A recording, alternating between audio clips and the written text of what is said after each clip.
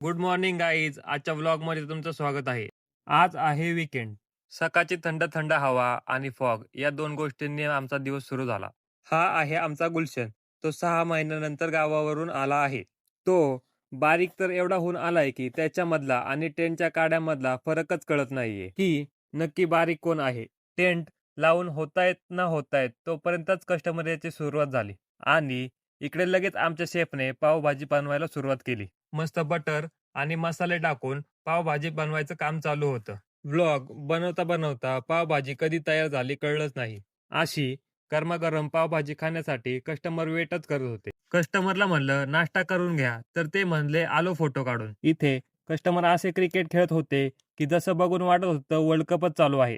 आता बार्बिक्यूची भट्टी पेटवायची वेळ झाली होती. भट्टी पेटवली आणि बार्बिक्यू भाजायला सुरुवात झाली. इकडे टेस्टी बार्बिक्यू तयार झालं कस्टमरला सर्व्ह करण्यासाठी. कस्टमर डीजे एन्जॉय करत बार्बिक्यू खात होते. डीम लाईट, बार्बिक्यू स्मोक आणि डीजे वाईब्स कॅम्पिंगसाठी एकदम परफेक्ट कॉम्बिनेशन. चुलीवरच्या गरमागरम भाकरी आणि चिकनचा रस्सा याशिवाय नॉनव्हेजवाल्यांचं जेवण पूर्ण होतच नाही. एवढंच नाही तर आपल्याकडे व्हेज मेनू पण अवेलेबल असतो. थंडीमध्ये बॉनफायर आणि लाईव्ह म्युझिकची मजाच वेगळी असते. सिंगरचा आवाज एवढा सुंदर होता की कस्टमर लाईव्ह म्युझिक बंद करण्यासाठी तयारच होत नव्हते.